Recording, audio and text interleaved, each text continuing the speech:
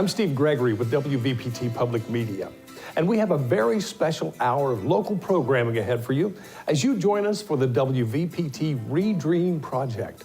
For the next 60 minutes, WVPT hopes you will be transfixed with the dreams and stories of your friends and neighbors told through this very special local program. This is programming that only WVPT offers on air and online for your community. We know that you will enjoy this journey as much as we did. For a little background, during the spring of 2016, WVPT engaged local community members to find out what their renewed American dream was, learning about their dreams and aspirations for their own lives and for the communities in which they live, work, play, and serve. The American dream has certainly changed over the past 50 years. It isn't just the desire to acquire a little house with a white picket fence anymore. WVPT wanted to investigate what our shared community had to say about the new American dream and how community members were hoping to live out their dreams in their day-to-day lives. Were our friends and neighbors hopeful about their future prospects? Were our area pioneers content with the legacy they were leaving behind? Did people still feel like the area was a great place to call home? And what did local students have to say about their dreams beyond childhood and graduation? With the help of a generous grant from our public media friends at Kansas City Public Television, WVPT was able to engage our friends and neighbors from all ages and stages to ask these questions and more. WVPT was so inspired by the responses we've received that we wanted to share these stories with the community at large and hope to continue this project in the coming years. So join us for the next hour as we explore the dreams and stories of your community, as only WVPT Public Television can. And if you like what you see, I encourage you to support WVPT. The Redream Project really started with WVPT's Community Engagement Initiative. In the summer of 2015, the station went on a quest to really go out and see what the aspirations were of our community in Harrisonburg, in Rockingham, in Charlottesville, and Albemarle County, as well as Waynesboro, Stanton, and Augusta County, our core viewing area. And so we wanted to hear from them what the community aspirations were, what the challenges were in every community, as well as how public media could help and be a part. And the things that we heard were fascinating and fun and challenging at times, but there was really a great spirit of commonality throughout all of the conversations, that people enjoyed living where they lived. People really enjoyed the beauty of our shared areas, but also wanted to meet some of the challenges of inclusion and of communication and of collaboration. We talked to 4 groups throughout this experience and were able to make some significant partnerships along the way. Commonalities were interesting. I think for the most part, even despite what we see on the national news today and different things, people are largely positive about this community in Harrisonburg and Rockingham County, and are delighted to live here and delighted to know their neighbors. For many, many people, a lot of their dreams started on a farm, for which I think this area, that makes a lot of sense. And we see our older participants in the project from Bridgewater Retirement Community talking about how it started on a farm for them. And so whether that was caring for animals or helping parents in the field or to really having some amazing projects spring forth. The Bridgewater Retirement Community kind of was just one of those opportunities that you're like, wow, we're silly if we don't do this.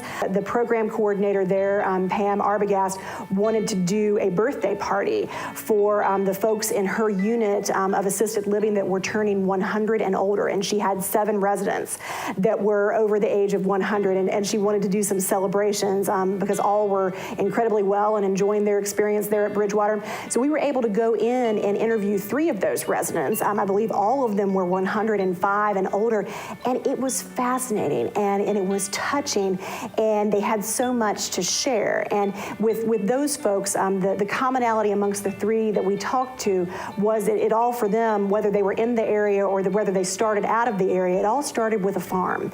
And that they came from that rural background, and they felt like that shaped who they were and what their dream was from going beyond that. They really felt like that gave them firm grounding, and that in some cases that's all they ever wanted in life, was to kind of self-sustain and have that ability to make a living on their own land and move forward with that. I found their kind of dreams and advice, were very practical, just to take each day as it comes and to make the most of what you have and to look forward in that way. One of the things that I think the whole Redream WVPT project taught me that has resonated the most is that there's a story behind every set of eyes.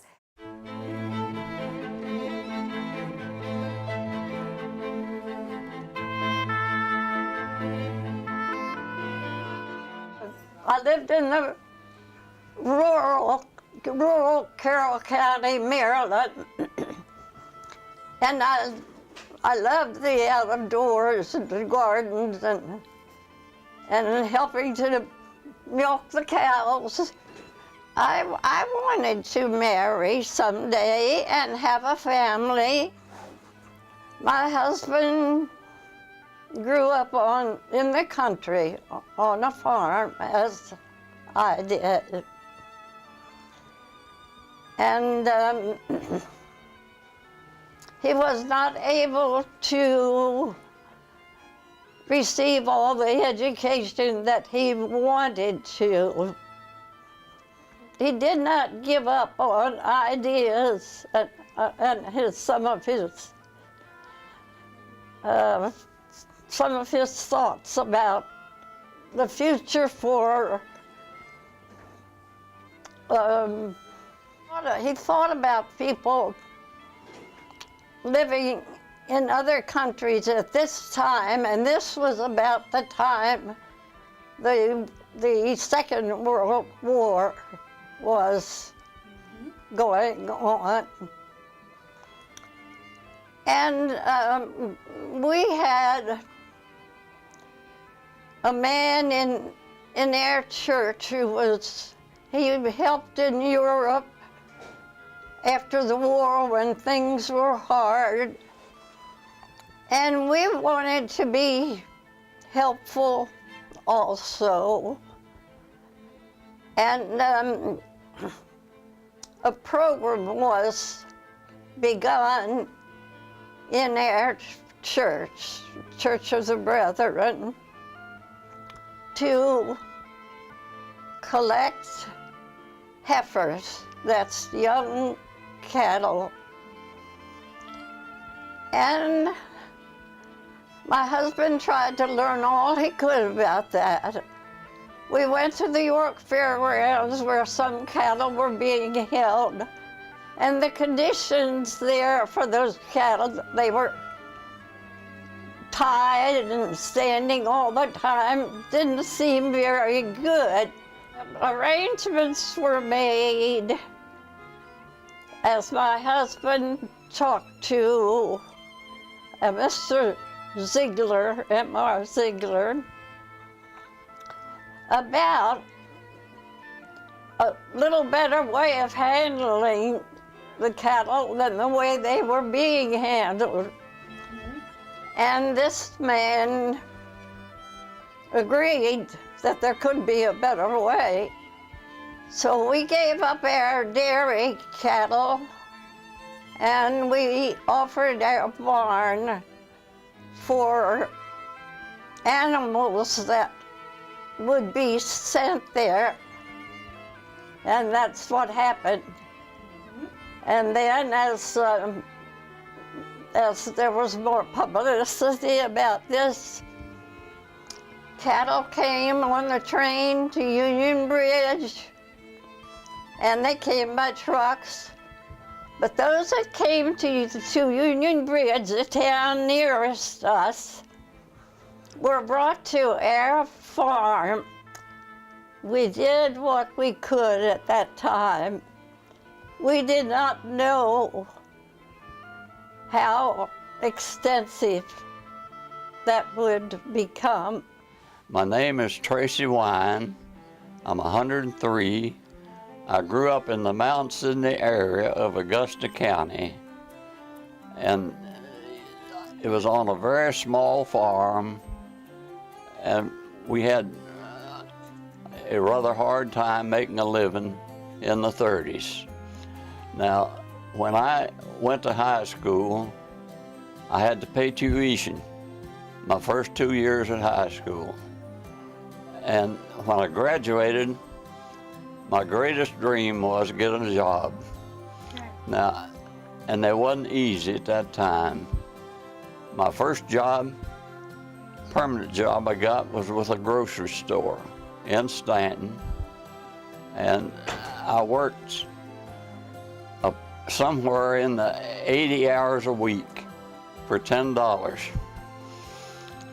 And I worked there for a number of years, and I gradually got a little bit more money than that. But I always had a dream of owning a farm, but that had to be put off a while. And I guess what I think is one of my biggest accomplishments was being on the board of the retirement home here for 32 years. And during that time, we had a dream of having a nice place for the common person to live and enjoy life. After 32 years, when I retired from the board, I really think we accomplished that. And that's one of my things I'm proud of. In 1946, I bought a farm. I wasn't at home at the time, but my wife worked for a banker, and this farm came up, and he told her that, said, "You all ought to have this farm." She said, "We don't have any money." He said, "You don't need any money." He said, "I'll let you have the money at 2% interest, and that's all you ever have to pay until it suits you." Well, we got a farm, and at the present time, my children and grandchildren own it, so it's still in the family. Now, so far as what I hope to leave for my children, I think the most important thing I can leave is my work ethics. Because right now they all have jobs and they work and they're not dependent on somebody else. I think that's the way it ought to be. This thing of getting something for nothing is no good. The only thing I got to tell you is live right. Now, I never smoked or drank, and I didn't run around with wild women either. But just take care of yourself. I think that's about all I have to say. My name is Mary E. Harris. I grew up in Cincinnati, Ohio, on my grandfather's farm. I will be 105 in May. I think trying to live the best I could. I've enjoyed life. As a child, I didn't realize it then, but I was very privileged to have my grandparents living near us. And I remember many of the things that a lot of people never experienced, because they had a dairy farm, and I was free to go wherever I wanted to, you know. So it was very interesting as a child. Well, we moved from my grandfather's farm to a suburb in Ohio, in Cincinnati, and I graduated from grade school, high school, and finally I was about 19, and I decided I wanted to become a secretary. So my dad sent me to Littleford Nelson Bible Business College in Cincinnati. I lived there until I married in 1935. And we had 4 children, and that I would say was my dream, to have children and try to raise them so they were happy and successful. And I think we we enjoyed it as we went along. I think the thing in my life that has meant a lot was we had a cerebral palsy son, Paul, who had a good, the mind was good, but the part of his brain that controls the muscles was injured at birth, but his mental mind was good. And eventually we built a home school for mentally well people, but physically disabled, and operated it for about 20 years until my husband became ill. And that was it was a hard work, but it was enjoyable. And you saw the results of your efforts every day. This was at Kieseltown, Virginia. To take every day and do the best you can with it, and try to be content where you are. Bloom where you're planted. I think if you have a Christian background, which I did have and still have, it is much easier. You're not swimming against the tide, and that helps a lot. The Lord's always there to help you.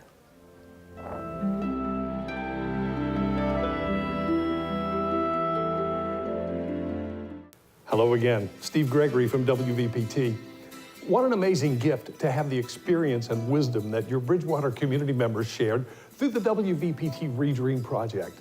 Wonderful stories of hard work and dedication that led to lives well lived within your community in so many different ways. Families flourished, businesses thrived, and we even learned about an event of an international service organization, all accomplished by your friends and neighbors. And as Melissa shared, so much of it started on a farm, which is truly meaningful to this beautiful rural area that we all call home. Your community, your story. This is WVPT's mission within our community, to inform, entertain, and inspire by sharing the stories of your friends and neighbors within our shared community. WVPT is passionate about sharing stories like those in Redream Project because these are our stories too. All of the WVPT staff live and work within the community that we serve. So WVPT knows how valuable saving and archiving our local narrative is. And WVPT wants to serve you, our viewers and donors, by ensuring that these community stories will live forever, on air, online, and through many community-minded events. WVPT can't live out its mission of telling your community's story without your loyalty and your ongoing support. Consider becoming a donor and giving a gift to the station today by calling 1-888-987-8727 or visiting WVPT.net online. A one-time gift or a sustaining monthly gift will empower WVPT to continue to inform, entertain, and inspire you and your community with the best in unique local programming, as well as all your other favorite shows. Every gift is meaningful and allows WVPT to be an active and positive presence in your community over the coming years. Many things have changed over time, as our elders have shared, but WVPT's commitment and service to community has not wavered. Help WVPT continue that community-minded mission and make a gift today. Now, stay tuned as you're about to hear what local college students aspire to in our community and beyond. Thank you for watching and supporting WVPT, your public media. The college students that we talked to with JMU's big event, which was a service project that took place, they didn't necessarily talk about it all starting on a farm. It didn't for them in that way. But they talked about their love and passion for the Harrisonburg community. And though it might be different from where they lived, if they lived in an urban environment and grew up in a city, they loved that they could come here and feel so at home and so safe and really be inspired by the landscape and the people and want to get involved in that way. So, I mean, I think, that was one of the takeaways that I found, that we share a lot more as far as what we want to do with community and how we want to serve one another than probably we think, and that we share a lot more positivity about the re-American dream than not. And there's challenges with that as well. The other things that I think we learned is with the young people we talked to, JMU students and some young professionals, they talked about wanting to have secure jobs and fearfulness about an economy and wanting passionately to stay in this community, but wanting to see that there was opportunity for them to do that. They also talked about wanting to thank parents who had helped them, achieve their college goals and really, pay off loans and different things. So they really, wanted to kind of contribute and thank families and parents that had supported them in that way. But there was a certain nervousness about their dream. Their dream moving forward was paying off loans and paying off debt and ensuring that they have a job that will allow them to do that. They weren't always sure that they could find that here, but they certainly wanted to.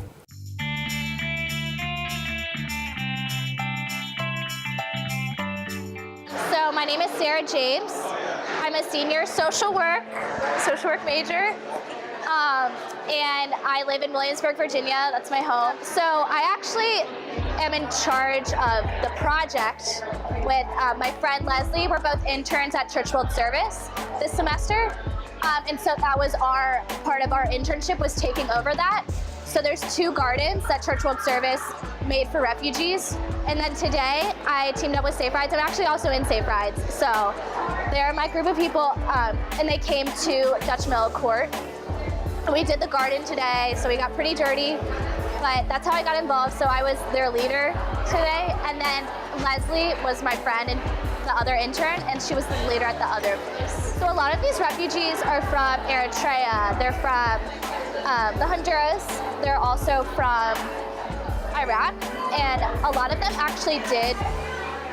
Eritrea is more of a smaller country in Africa. And I know over there they have a lot of gardening that they do. So I think it took a little bit from their home and put it into their community here. Also, I think it will bring their community more together. So a lot of them get to meet each other through their gardening. And it just helps them, the kids actually love it too. So it helps them get their hands dirty. They get to experience what it's like to do a little bit of manual labor, hard work, having something to take care of too. So having a little bit of responsibility, so it'll help them with that skill. So I think just bringing people together, giving them responsibility, helping them just have a little bit of taste of home. So I love service because, actually it's from my favorite quote.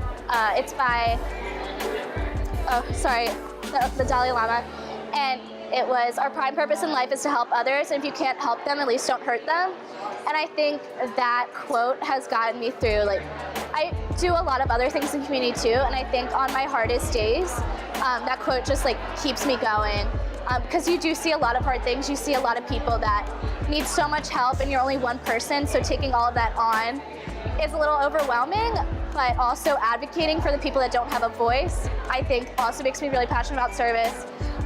Getting to see just a little bit of difference. I don't want to be a superhero, I do want to be their advocate though, so I realized I'm not changing their life, I'm just a little puzzle piece in their life that helps them just promote self-sufficiency so they can just carry on their day-to-day a little better.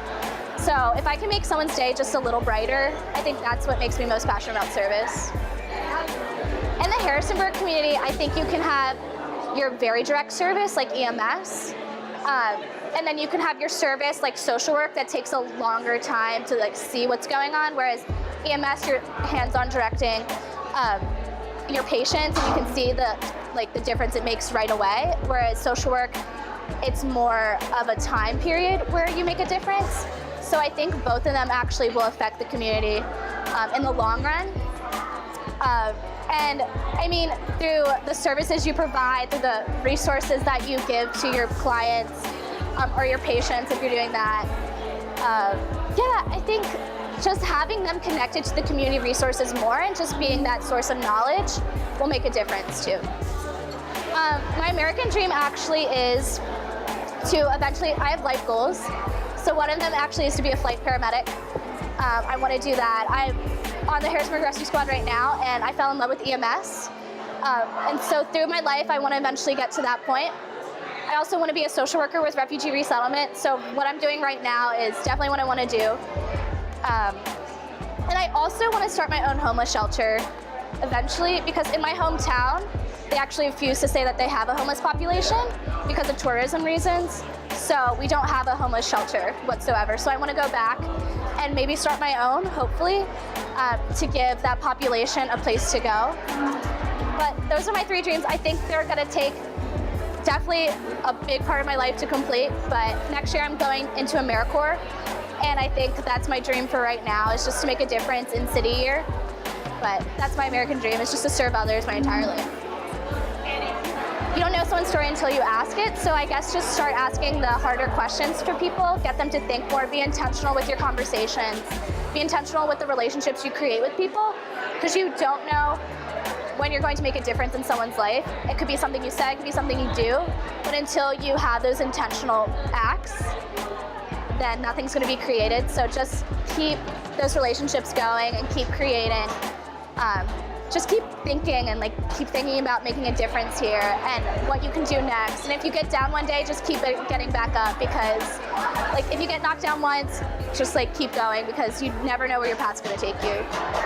My name is Melanie Farrell. I am a writing, rhetoric, and technical communication major, and I have a minor in communication and humanitarian affairs, and I am a junior. So Safe Rides is an organization at JMU, and we promote safe driving on the weekends. We operate between the hours of 10 p.m. and 3 a.m. and offer JMU students a safe ride home if they're feeling uncomfortable or if they just need a safe ride. We actually just proudly celebrated 75,000 rides since we've been on operation. I've been in Safe Rides for about 2 semesters now, and it's a great resource. It's a free resource, not judgmental. It's totally safe for any student to get a ride, and we're operating tonight, Saturday. Yeah, and I love it because everyone in Safe Rides is so service oriented, and we just love giving back in any way we can. And it's cool doing the big event because it gives us the chance to serve the Harrisonburg community at large, whereas Safe Rides is more just the JMU student body.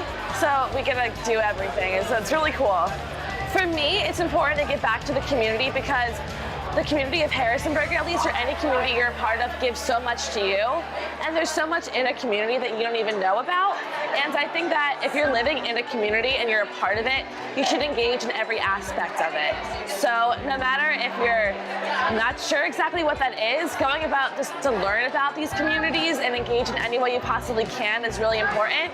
And the big event, I think, is so special because it really gives you a chance to see everything going on, because I only did one part of the service with the refugee resettlement, but there's so much more going on as well that I want to learn about too. So I think just being in a part of a community and learning about it and engaging with it is so important. Hi, my name is Mackenzie Kate. I'm a senior and I'm a public health education major. For the past 2 years, I did do different service projects, doing cleanup work, yard work, and things like that. And this year, I kind of just wanted to be more involved in it. So I joined the Big Event Planning Committee to help make it bigger and just reach out to more people. But it originally started a few years ago just as a way to give back to the Harrisonburg community, and just one big thanks to the Harrisonburg community for letting us live here, and just being thankful for our home and giving back. So today I was up at 6 a.m. on the quad, helping organize everything and making sure everything runs smoothly. One thing that really inspired me is the amount of people that came out in the cold weather. It was snowing this morning, people were coming out, people were excited. So it was just amazing, people willing to do all the outside work in the cold weather and in the wind, so that was awesome.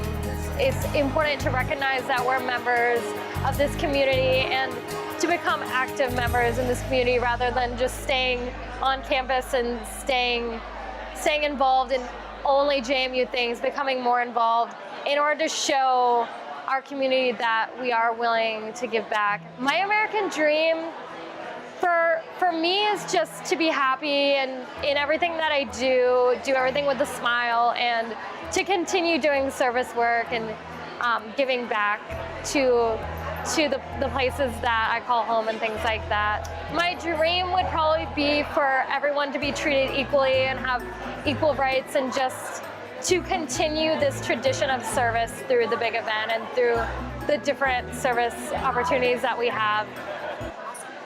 My name is AJ, and I'm a sophomore here at JMU, and I am now studying geographic science. I'm part of the Catholic Campus Ministry here at JMU, and we decided to make a team because not only that we're just like living out our faith, but we love to serve. Because I think it's always important for us to be able to be part of our own community, but within that community is love people around that aren't in the part of that community. So with Big Event today with my team, we went along a stream and just pretty much went through the woods in the stream and just picked up any of the trash that was in the water or in the trees and the thorns and everything. To me, I think living out my faith is simply, in the simplest way, is just love people. Because I think today, like, what love really is shown does not, in fact, I think it hides what love really is. I think loving is just showing the goodness in everyone by simply doing the small things for them. For JMU, opening the door for someone, or just really devoting yourself in becoming friends with someone. I think through loving people, it encourages others to love others. I think I love serving because, especially where I consider my home. So I'm from Maryland, so it's about a 3-hour drive for me, but here, like, I feel so much at home, and I've always just been raised to take care of my home. And I think the best way to take care of my home is simply just picking up the trash there. I think just through service here, it makes me feel more a part of the community here, and I think that I'm very grateful to just be in such a loving town, at such a loving school, and they've done so much for me. It's given me friends, it's given me family, it's given me so much opportunities to just really learn who I am. And I want to give back into that by just doing the small things, picking up trash. My American dream would probably be, I want to work for a nonprofit organization. Hopefully it'd be more internationally wise and use my passion and my gifts and talents of film to really create a good outlook on those organizations, creating stories to really kind of motivate and inspire those to really go out and serve, just like I pursued to do. My dream for Harrisonburg? I think my dream for the JMU community, I think, would probably be to kind of wipe out all walls from different groups and organizations through something good. And I think through Big Event, it works on that, as creating an environment where organizations, teams, dorms, they can come together and pursue one mission, one service, one goal. Whereas I think sometimes we end up trying to, as JMU as a community, we come together in times that are really bad, where we think this is a time where we need to remember that we're one and one family, one community. But I think it's also good to have good moments where to always remind us we're still one big community. So I think kind of just breaking down those barriers that prevent us from being one family. I hope you're enjoying this WVPT Redream Project special as much as the WVPT team enjoyed engaging with the community in order to capture and present it to you. It is refreshing to hear from all facets of our community, and that is demonstrated clearly through the dreams and stories of our JMU Big Event volunteers who were interviewed for the project. Such great passion and love for their collegiate hometown community, and how wonderful that they consider this their home for the years that they live, work, and study here. Their stories inspire so much hope for what we as a community will be able to accomplish in the future, and what many of these students will also accomplish in the big global community. Big plans and even bigger dreams. That's what the American dream is all about, isn't it? Turning community aspirations into reality is what WVPT hopes to inspire in our shared communities each year. As WVPT has engaged with the communities the station serves, we've heard loud and clear that you want your local stories to be shared. Whether it's the story of your friends and neighbors like the Redream Project, or the stories of your local communities through WVPT's many local shows and documentaries. Only on WVPT can you see all of this and more. And that is where WVPT needs your help. WVPT is a nonprofit organization whose mission is to serve your community by sharing your story 24 hours a day, 7 days a week, 365 days a year. But we need you to join us in this effort with your financial support. Without state funding, WVPT's primary source of income is through viewers like you. So if you like what you see, support WVPT by calling 1-888-987-8727 or going online at WVPT.net to give a gift to the station. Your support is an investment that will continue your local stories for years to come. Now sit back and relax as you're in for a treat. Your next segment of Redream Stories are from our Valley Pioneers and were captured through a partnership with the Harrisonburg and Rockingham County Historical Society. Enjoy, and thank you for watching WVPT. We partnered with the Historical Society in Rockingham County and talked with folks at the Historical Society in Harrisonburg and Rockingham County had dubbed as pioneers, Valley Pioneers, and people who had spurred on business and energy in that area, as well as the folks at Bridgewater Retirement Community. And it wasn't necessarily reminiscing, but that certainly their perspective on the American dream and their perspective on kind of their place in local history was different, obviously, than the younger students.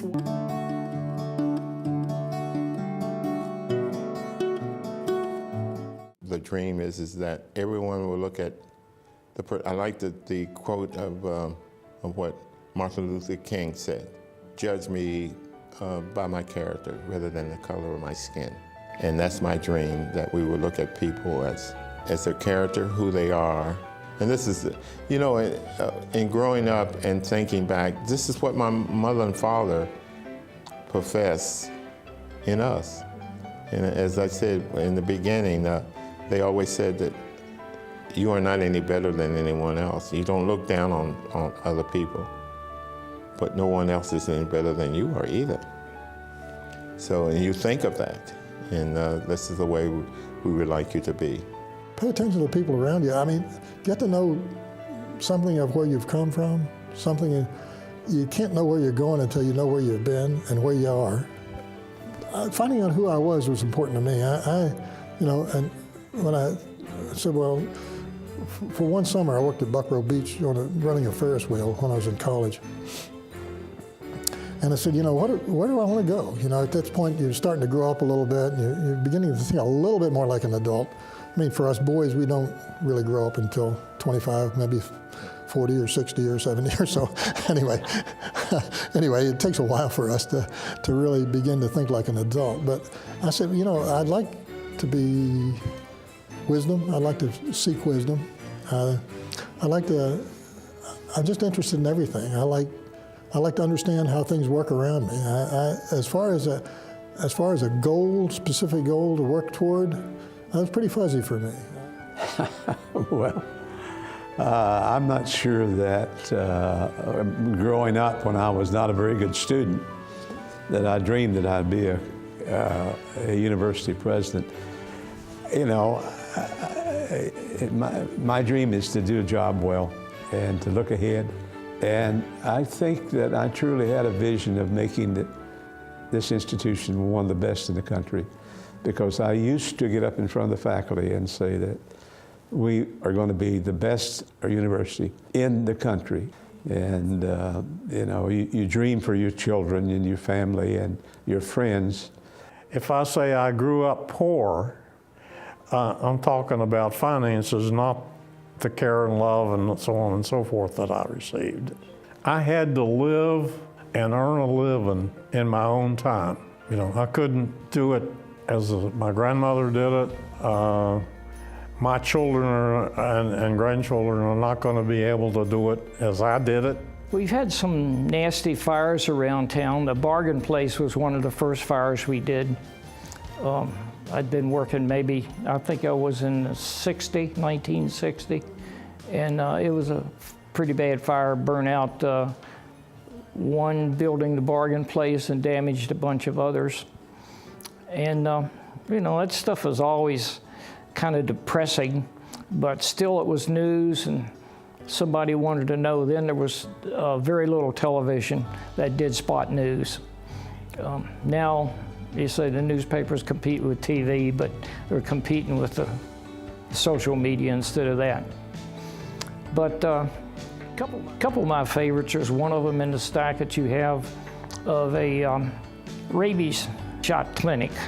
And it was out at, I believe at Kieseltown Rotary Club. And they sent me out to get a picture of the guy, the doc, giving rabies shots to pets. And there was this little guy, I kind of noticed he was hanging on to, his mother was holding the dog, and he was hanging on to the dog and her, and I thought, you know, this might turn into something. So sure enough, when it come his turn to get his shot, the expression on the dog's face and the little boy's face was just one of my favorite pictures.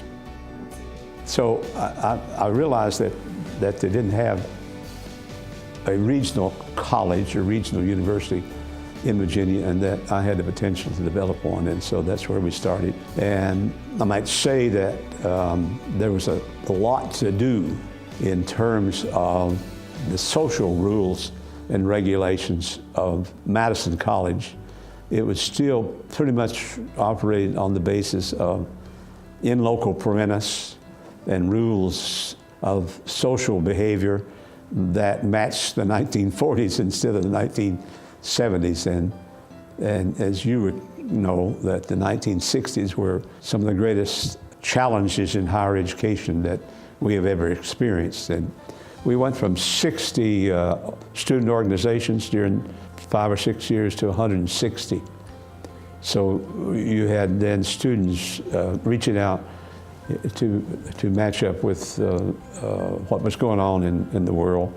We had some Supreme Court cases that had been brought before I arrived here.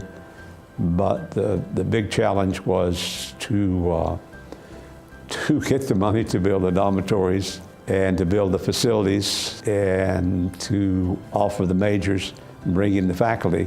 One of the things that I did was to get the board to authorize me to be completely in charge of student life. And so I didn't have to go back to the board to make the changes on campus, like co-educational dormitories, or at that time we had beer and drinking on campus.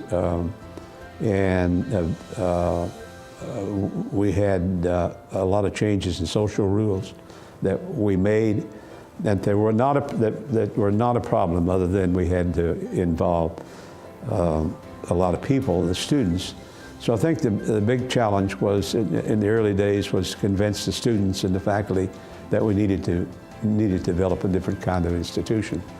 So the curriculum development was very important. Also, I might say the athletic program was very important, because we were sort of a weekend, the students would leave on the weekends, and once we started an athletic program. And at one time we had more sports, intercollegiate sports, 29, and more scholarships than any school in Virginia, because we had the women's program that most of the schools had not developed, that had been developed here by Lee Marson and some very good people. And when Dean Ehlers came with me, we then began to expand the men's program. In my schooling, high school particularly so, all my teachers were white and priests.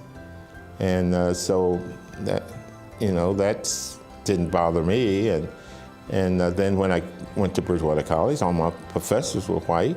And then my classmates were all white, because I was the only black on the campus. But at no time ever did I feel that I was discriminated against. No one wanted to shy away from me. And I always think about this too. When I went to class, I sat in front of the class, not just thinking otherwise, I guess, because when in segregation, when we would ride the bus from Bridgewater to Harrisonburg, or any other place. If we would travel on the bus, we had to sit on the back seat. We did have an incident one time when my brother and I were running track, and we were going to a track meet, and Dr. Jobson told that he had 2 blacks on his track team. And at that time, you know, in the Southern Conference and southern areas, that this was not, you know, this was not to be.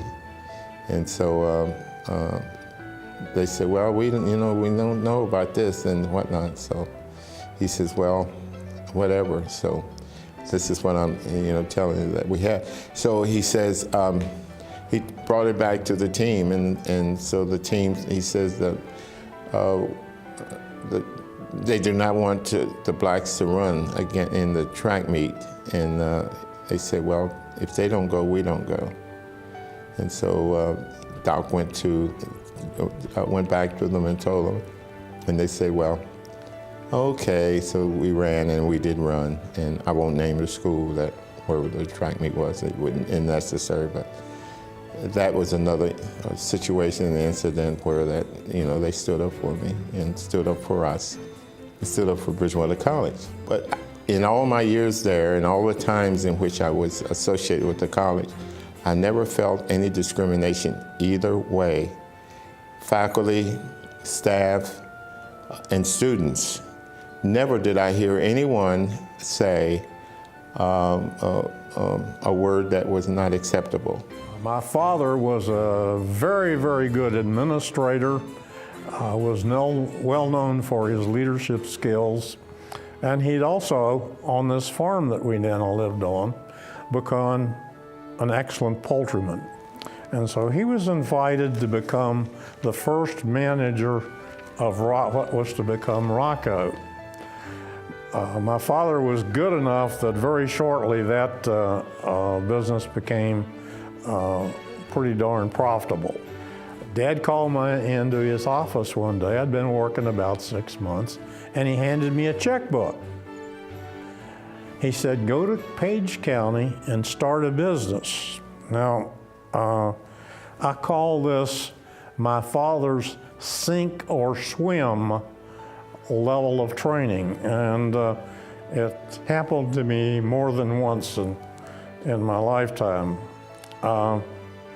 I'm pretty proud of the fact that I did get that job done, and I did turn that business profitable in the second fastest time of any Rocco venture in history.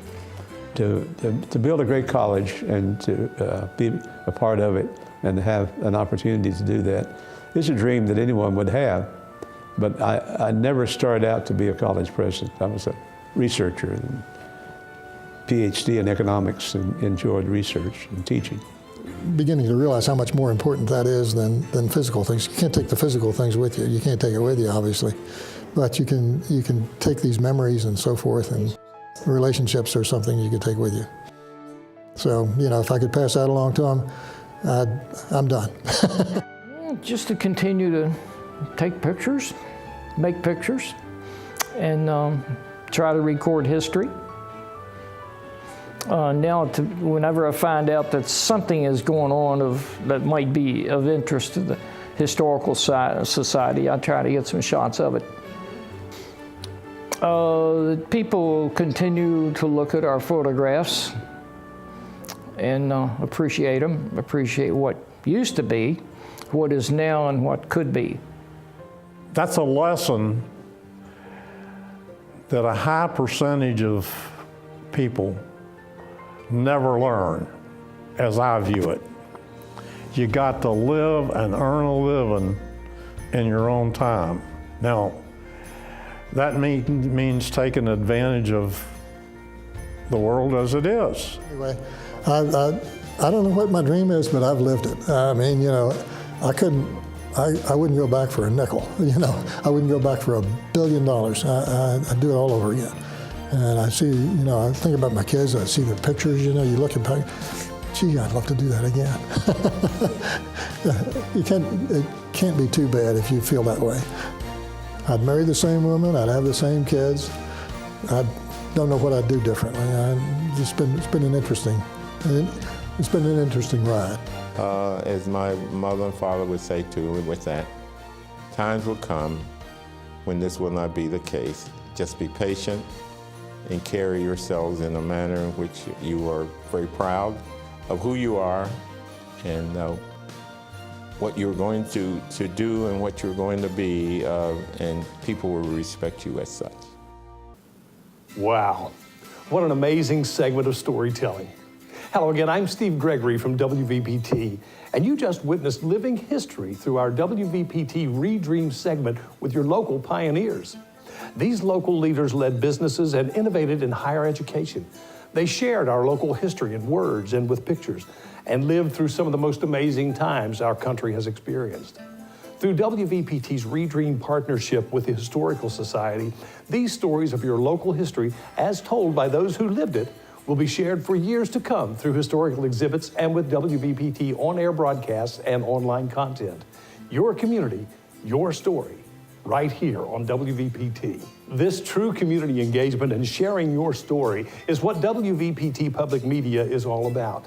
Engaging with you, your friends and neighbors, your community, and sharing the power of your collective stories on air, online, and through family-friendly events. That's what WVPT's mission calls us to do daily, to inform, entertain, and inspire you and your community through the best and unique local programming found nowhere else on air or online. Plus all the music, art, drama, and unbiased reporting that you've come to trust and respect. But WVPT cannot accomplish these goals without your generous support. If you're enjoying this quality program, consider giving a gift to the station. It's simple. Call 1-888-987-8727 or visit WVPT.net online. And while you're thinking about it, consider becoming a WVPT sustainer. A small monthly gift can add up to a substantial gift to the station over the year. And it provides WVPT with sustainable income to bring you the programming that you love 24/7, 365 days a year. Your support is critical to WVPT's mission to capture and share your community stories. Become a part of our team today. And now you're in for another treat. As the children from the Explore More Discovery Museum's TED Ed program share their dreams for the future. Enjoy. We were able to partner with Explore More Children's Museum and their TED Ed program, which is a program that they did for middle school students to work with them and inspire them with TED Talks. And so it was probably a 10 or 12-week program, and by the end of it, they practiced public speaking, they practiced picking a topic, they researched, they did lots of team building, and at the end of the experience, they gave a TED Talk. And so I was amazed in working with them just slightly throughout their whole TED Ed experience about just the topics that they wanted to take on.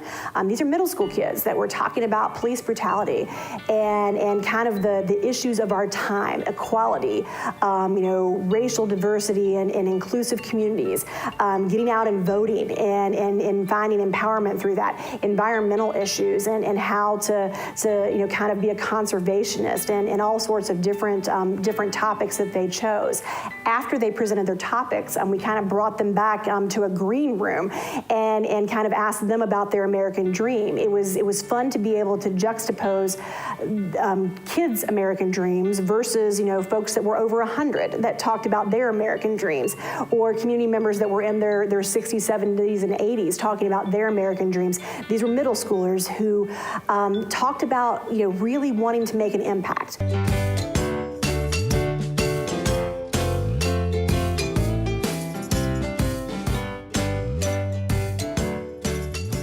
Like, this is gonna sound so cheesy and like it's been done 1,000 times, but like world peace and just like everyone feeling confident about themselves. I guess people just be treated the same, like just that, like it won't matter what we look like and that, stuff like that. My American dream is that we can get a better environment and we can sustain our environment. So I want to work so everybody has the same opportunities and the same pay. It's more like teaching children how to speak different languages, how it helps when you grow up, and how if you want to travel the world, you need to learn second languages and stuff. That everybody can be treated equally no matter what their views, who they are. Just that people can accept who everybody else is. I just want to make a difference in this world, be a hero, you know, show people that, you know, we can make the world a better place if we all just pitch in and help. People not being so ignorant about stuff, because most people don't even know that this is happening to the youth. Like, most people don't know that most of the youth aren't registered to vote, and I think that's dumb, because people should be educated and people should know about this stuff. My American dream is that all people will know Christ as their Lord and Savior. I think my dream would possibly be is getting like equal rights for people of color and even men and women having the same job opportunities or even opportunities. To study history and how we could teach history better, because we could stop a lot of horrible events from happening if we had learned from history, and history repeats itself sometimes. Like, do people actually like have fun outside? Like, you can go hiking and that. I like doing like hiking. So if other people like might not be able to do that, I think that would be fun. Hello again, and thank you for joining us for the WVPT Redream Project. I'm Steve Gregory, and on behalf of all of us at WVPT, I hope that you enjoy these stories of the renewed American dream within your community as much as we enjoyed capturing and sharing them with you.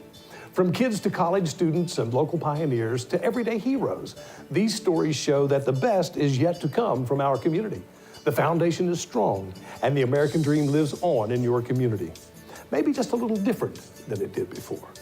You heard stories of rural roots and success through hard work, and you saw the energy and inspiration of youth and the dream that they have to live and serve their current and future communities. And all of that by asking a simple question: what is your American Redream? WVPT hopes to continue this local storytelling effort for years to come. But again, WVPT can't do it alone. We need your viewership, your passion, your engagement, and yes, your financial support to empower WVPT to live out its mission to inform, entertain, and inspire you and your community. Join us today and keep the stories of your friends and neighbors alive and well through WVPT, the online archives, and on-air events. Call 1-888-987-8727 or go online at WVPT.net and make a gift to WVPT to continue this storytelling effort. Without you, there would be no story to tell. And WVPT intends to continue to engage your community through asking the tough questions and passionately preserving the stories of your community for years to come. But we need your financial support to empower WVPT's mission. So become a donor, or better yet, a monthly sustainer, and continue your story through WVPT today. And if you have a story that you would like to share, please contact us or send us your own recorded story by emailing WVPTcomments@WVPT.net. It truly is your community and your story, and WVPT Public Media is here to help you share it. Thank you for watching WVPT, and thank you for supporting WVPT's mission in your community.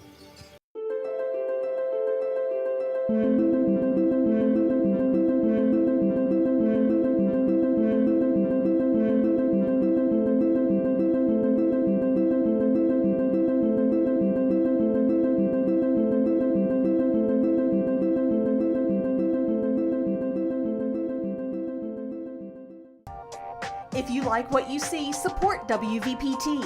Go to WVPT.net and click on the Support Now button.